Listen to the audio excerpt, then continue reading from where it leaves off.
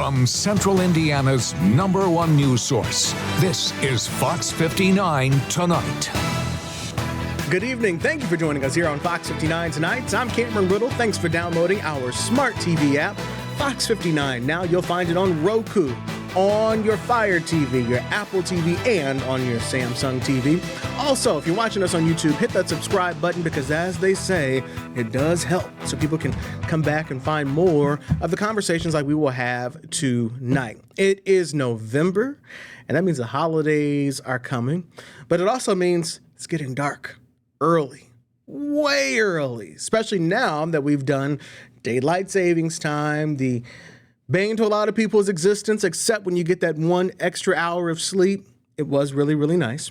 However, on the backside of that, you suddenly feel that the day has slipped away from you. You didn't accomplish as much as you did the same time last week. Why am I moving slow? Why is it 6 o'clock and I'm ready to go to bed? Is there something wrong with me? Am I doing something wrong? Am I depressed? Am I getting depressed? Am I falling into depression? What's going on? These are the thoughts that a lot of people have, and they may not realize that it is simply the season change and the sun changing. I realized during the eclipse just how much the sun impacts our lives, and in fact, it was actually very terrifying to know that just the sun was just simply covered up by the moon, and it dropped 10 degrees. Wow. Imagine what that is doing on a daily basis to your body's clock. You know, you wake up at a certain time, all these different things. So on today's show, we're going to make you better prepared, give you some tips, give you the signs of what is really happening. And I'm not going to do it. I have a special guest here inside of the studio. A licensed therapist, Patrice Stokes, is here from Inspired on Purpose. This is a topic that is near and dear to her this time of year, as a lot of us think we might be going into depression. Patrice, I know literally just last week I was walking into a building at 6 o'clock and I was like, man, I am just tired. Normally, when I can't go to sleep, I'm out working late because the sun is still up. And it literally, you're like, and you can't, at first you don't figure out why do I feel like this? It's the sun. Mm-hmm. How are you? Thank you for coming. Thank you for having me, Cameron.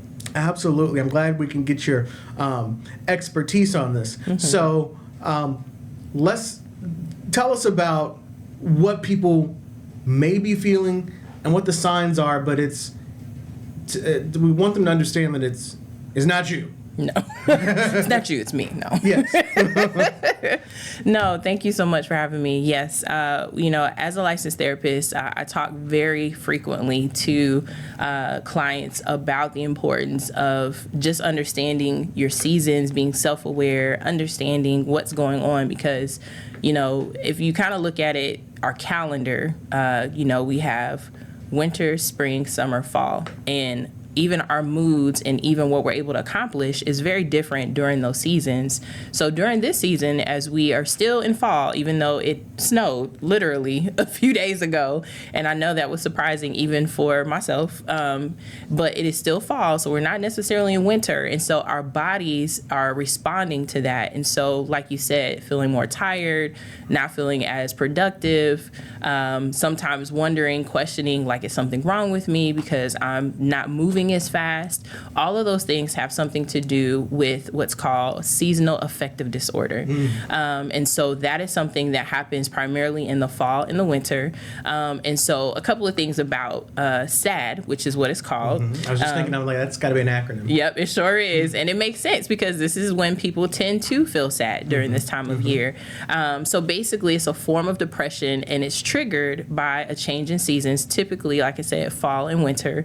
And because daylight is decreasing. And so when we think about daylight savings, it really does, they say savings. Mm-hmm. It may feel psychologically like you're saving, but when you wake up after you say you've gotten that, fall back, so you gain the hour, but it still feels like time is going faster. Yeah. And it really has to do with the sun, having less sun, more darkness. And so during that time, it impacts our mood, our energy, our sleep, and even our appetite. And so a couple of things that it tends to be overlooked is during high stress seasons. And it makes sense because during this time, people are making plans to travel, family visiting, if you're in school, my background is, I've got my license in school counseling and my master's in counseling and counseling education. So for 15 plus years, I've worked with high school, college, and young adults.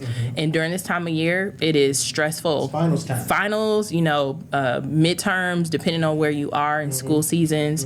But, and people are tired. And I think that's one of the things that we have to be aware of. And so instead of saying something's wrong with me, bless you, and it's being, being aware of those things too, because of it getting colder, sometimes people aren't ready to deal with it is cold. So it's like, I want to go outside with a t-shirt on, I had a coat on, y'all, so don't come for me. But, I want to go outside with a t-shirt or some flip-flops and it's snow outside. And it's like, I'm not ready. I don't know if you feel that way sometimes. I know I did. But it's like also realizing that, okay, what does exercise look like? If you love being outside, which is a form of therapy, how you are outside or when you're outside may look very different. Being able to, change some things, go for walks in malls or, find indoor things or go to fitness classes. But the other piece that is really important that I stress during this time of year is do not isolate yourself. That is so common because people, again, when you're tired, you sleep more. When you sleep more, you probably eat more. And then when you eat more, you don't want to tend to be around people because then you realize the food that you're eating may cause you to feel edgy or more irritable, which then says, I don't want to be around people. And that's actually the complete opposite of what we need to do during this season. Well, during this season, as you can see, allergies kick my butt. So that doesn't help. Makes you feel just compounds. Yes. On top of everything.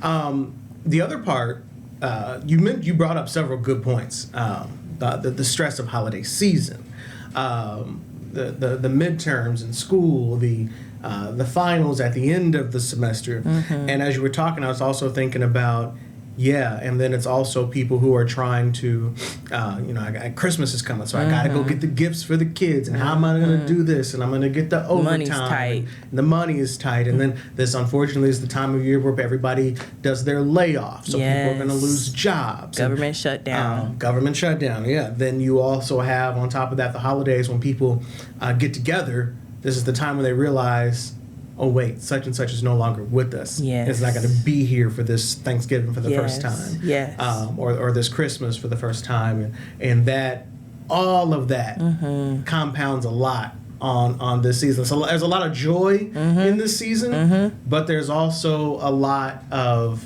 stress at minimum. And then also too, some people are aware of this cuffing season. Yes. Correct. Okay, so let's, I'm just going to keep it real. You know what I'm saying? Sure. Like, I've been married for 5 years, but the struggle was real when I was single. And, when you go home for the holidays, whether if it's Thanksgiving or Christmas, and it's like, even if you don't bring home somebody, then it's like, why don't you have somebody versus like, I'm just happy being single. Or if you bring home somebody and they don't know this person, then it's okay, we got it. Yes, the whole nine. So it's just kind of like, it's a mixed bag of emotions during this time of year.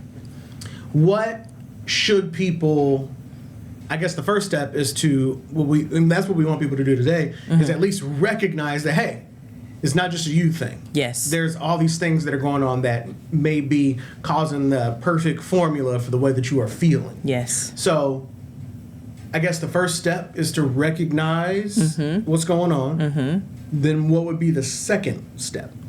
Once you understand the symptoms, then it's being able to come up with what I call coping skills. And coping skills really are the skills to help navigate through the emotions. One, once you're self-aware and you can identify them, which I like to call those triggers. Triggers could be people, places, things, and understanding that when you are in some of those places, you can either avoid, minimize, or face them. And in those three categories, it's a tool that I use in therapy sessions with clients in looking at understanding your triggers and then how to deal with them, and then being able to come up with a plan. And what I like to do during this time of year is talk about creating a self-care plan, which is what I do. I do a 30-minute consultation, which is called a wellness self-care assessment. And in that time, you really identify through that assessment the top 3 areas of self-care that you need to focus on. And really what we don't understand a lot of times is that self-care is more than just getting a massage or a pedicure or, eating your favorite food. It's about fitness. It's about what you eat. It's about who you hang with, or just having overall community. And looking at, do I struggle with forgiveness? Because if you really do, then we got to look at, how do you handle dealing with tough things? Do you have gratitude? Do you have a gratitude practice? Do you journal? Some of the things that we take for granted, do you know how to have breathing skills? Things that we take for granted that are really important, but small, but very practical. And so those are the things that I would say definitely focusing on. But I would say 3 areas to focus on is mind, body, and soul. So with your mind, get ahead of those emotions, and how you can do that, be proactive by creating a self-care plan. You can also use reflection, so journaling. I have my book here called Gratitude is Always in Season. It is a self-care journal, but it's also interactive because it has self-reflection prompts, my poetry in it, and so therapy is definitely a part of that, but understanding how writing is also a part of it. Actually, I have a poem in here that I wrote called Writing is My Therapy, and understanding that is a way that people can process their emotions. But then there's other tips in here as well that they can actually download, and there's a QR code in here where you can actually listen to instrumental music while you write and read. And then, of course, inside there's also, I call them art affirmations. So it's just reminding you of your value, who you are, and then other things in here. Like I said, it's my poetry, but yesterday my husband and I, we went to Eagle Creek Park, and let me see if I could find the picture, because there it is. Actually, I took this picture at Eagle Creek Park a few years ago. Okay. And so beautiful. Also understanding going to nature is another place to find healing and therapy. So, but yeah, doing those practices, doing gratitude practices, especially during this time of year, we tend to focus on what we don't have. But instead of doing that, focus on what you do. What is in front of you. Even if you don't have a lot, look at what you do have, and then find 2 to 3 things each morning when you get up and write down, I'm grateful for ... And then meditate on that throughout the day, and you'll find that there's more goodness around you than not. I'm going to ask you a question that I promise is not a trick question, but you may not know the answer. What is the definition of therapy? There are several definitions of therapy, but I'm going to give you a short one that's easy to remember. Therapy, in essence, is where you have a skilled person who has been trained to help you navigate through emotions and spaces in your life when you have tried on your own but can't do it on your own. I ask that because a lot of people, we use the terms like retail therapy and things to help us get through. I think that's an oxymoron. Yeah, because once that bill comes, that's not therapy. So I say that because a lot of people think of therapy only as reactionary. When I wonder if you think, is it something that meaning it's reactionary because you've gotten to a certain point to where now, okay, I'm not myself. I'm out of the rhythm. But is there a way that does therapy? Is there a way to take advantage of therapy regularly as like a daily routine so that you don't get out of whack? Very much. And that's a great question. And so to answer your question, Cameron, definitely therapy is something that I would encourage people to do on a regular basis. Most times, and I'm going to share a couple of statistics just to kind of to that point, but among people of color between ages of 15 to 34, suicide is the 3rd leading cause of death. in that also in non-Hispanic, Black, or African American adults reported major depressive episodes, about 74%, and that rate total is within U.S. adults, and that population was in 2024. So in essence, the need for being able to understand what therapy is, why it's important, and to be able to make it accessible and available on a consistent basis is not only important, but it's a huge over need, especially in communities of color right now, because of all that is happening in our country and just in general, and the systems that are in place to not help people, especially in communities of color. So in essence, what I would say, one, find a therapist. There's so many, almost like it almost feels overwhelming when people are like, I don't even know where to start. Definitely, you can go to my website, which is www.inspiredonpurposeservices.com.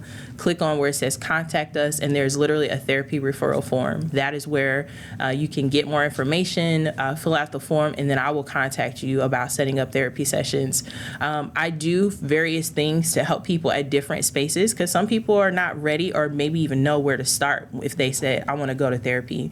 I do workshops. Workshops are small but very practical ways of working on different particular areas to help them kind of start that process of going down that journey of, okay, I think I need help, but I don't know where to start.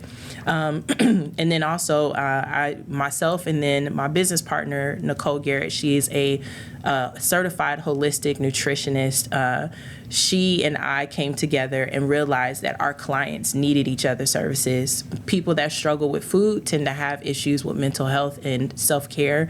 And then people who are having issues with mental health and self-care tend to have issues with food.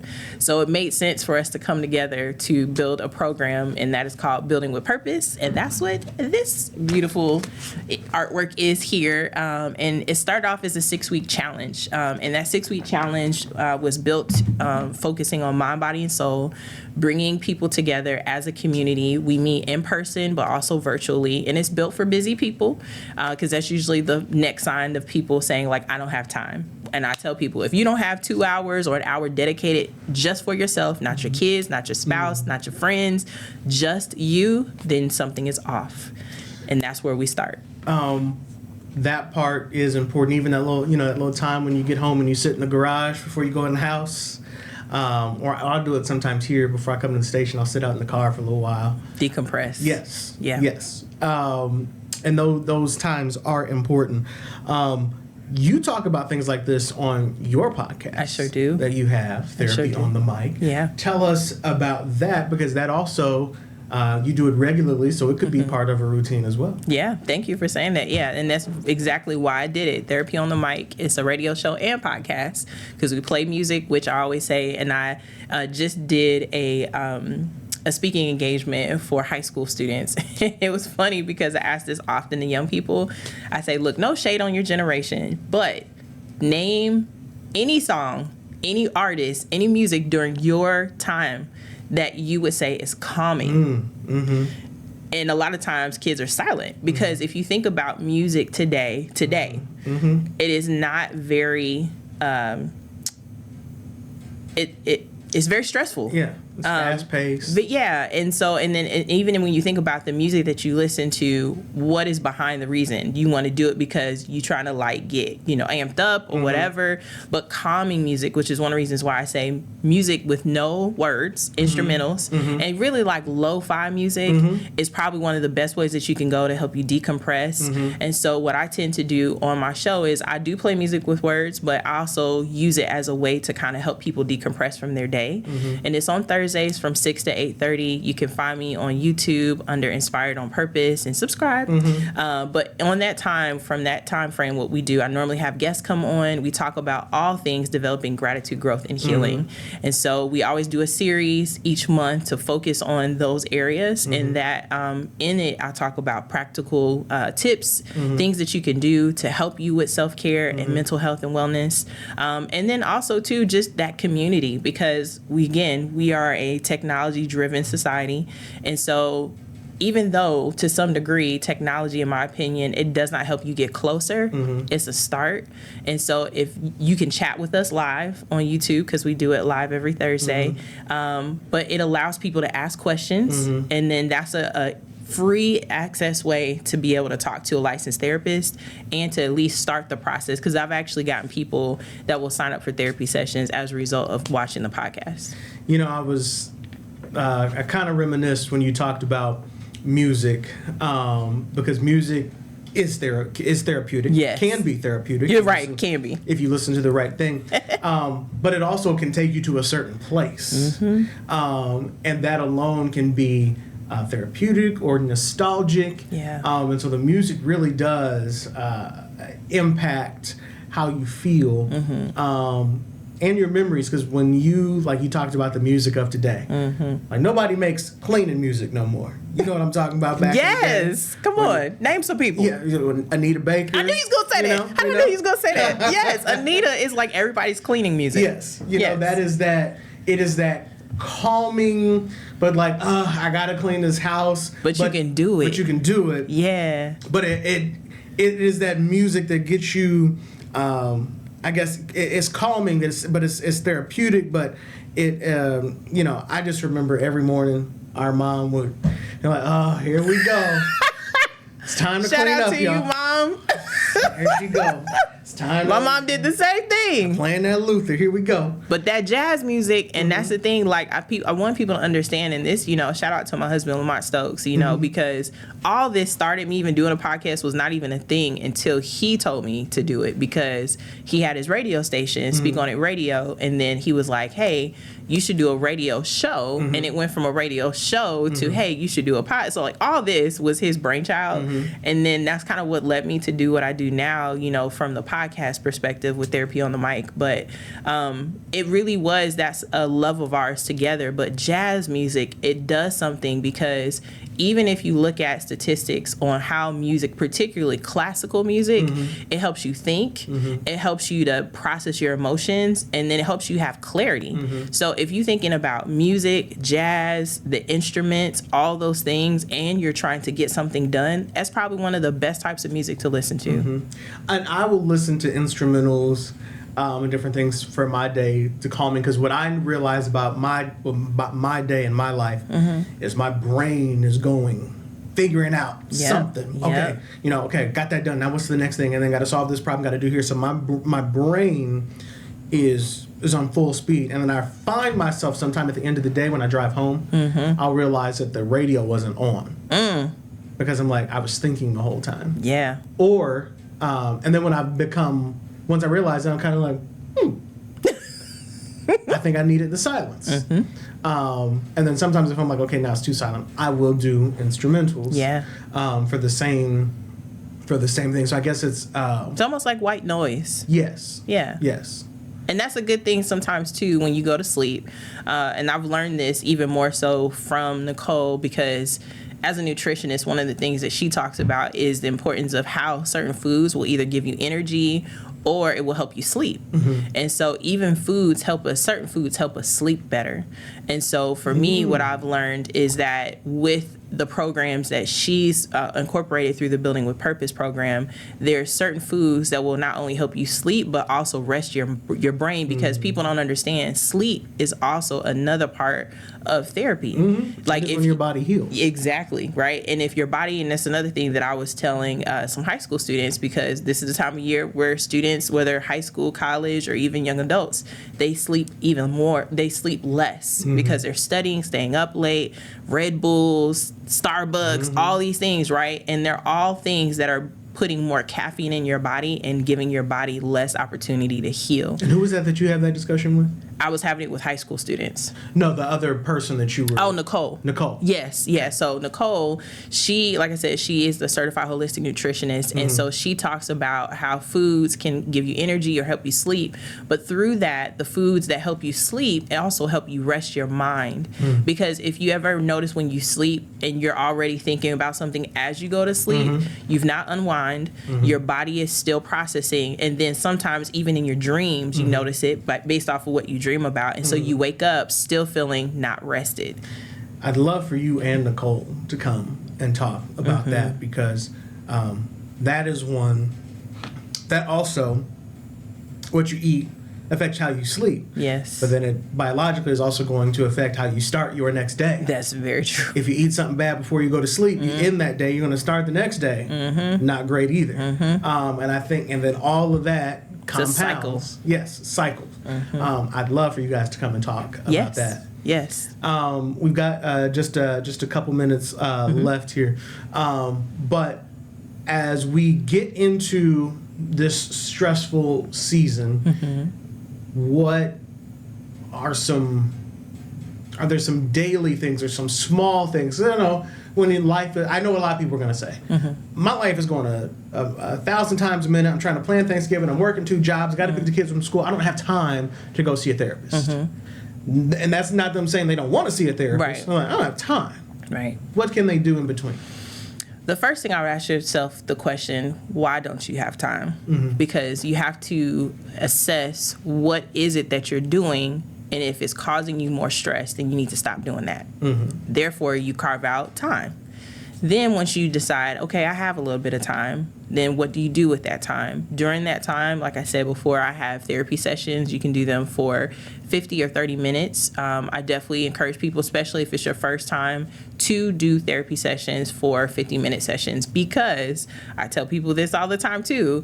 Their first session is more like an intake. When you go to the doctor for the first time, they're asking you a series of questions because they're trying to figure out what is going on with you. So you're not really exposing all the things that's up so much where I can say, okay, here's what you need to do. That usually takes 2 to 4 sessions. And I would say consistently, right? Because whatever it is that caused the stress or for you to come in to see me did not happen overnight. So you cannot expect that 1 or 2 therapy sessions is going to be enough. I do memberships where you can get therapy sessions 2, 4, or 1 or 2 times a month. And I really encourage people to start at least twice a month. So every other week. So it still gives you time to do whatever else you need, but you make time for you. Self-care is so important. And then, like I also said, I do, which is kind of a starter, which is a 30-minute consultation, which with that self-care assessment, it helps you to identify the top 3 areas where to start with self-care. And a lot of times underneath that, you'll figure out what was going on in that time. So, Patrice, you are in a lot of places doing a lot of different things. As we wrap up, tell people how they can get in touch with you, and then we got to make you a regular here so you can keep coming back and spreading the good word here. Thank you. I appreciate that. Yeah. Well, definitely before I forget, I want to say also too, so my husband and I started something called we started what's called Spoken Word Elevated. So it is, which Deja, she talked about it when Lamont was on here. Spoken Word Elevated, our mission is about elevating art, culture, and therapy. And we do that by bringing diverse communities together to bring about discussion on topics of mental health, wellness, and equity. And so by bringing those communities together, we do open mic, spoken word, music, vendors, opportunity for people just to come together from different backgrounds. And we used to do it monthly, but now we do it quarterly. So we're going to start it back up in 2026. But that is also a space where people can decompress and express their emotions on the mic. And so that's another thing. But I would definitely say people can find me on all social media platforms, Instagram, Facebook, YouTube, under Inspired on Purpose. On TikTok, you can find me under my name, Patrice L. Stokes. And then on LinkedIn, you can also find me under Patrice Holmes-Stokes, because I had it before I got married. Right. And then, of course, the website Inspired on Purpose Services. Yep. So it's www.inspiredonpurposeservices.com, where you can find all of the things that I do, from therapy to wellness resources. And I also, too, which is still within the field, but something else that I do for clients is also I build websites. Oh, really? Yep. Good to know. And so if you are looking for any of those resources, all those things can be found there. And then, of course, my T-shirt, Therapy on the Mic T-shirt, you can also purchase on my website, because it's about bringing conversations and normalizing therapy and wellness. Patrice, thank you so much for coming on. Thank you for your expertise. Thank you for what you do as we try to help people, especially into this very stressful time of year. We greatly appreciate you. All right, that's going to do it for this edition of Fox 59 tonight. We'll be back with more coming up after this.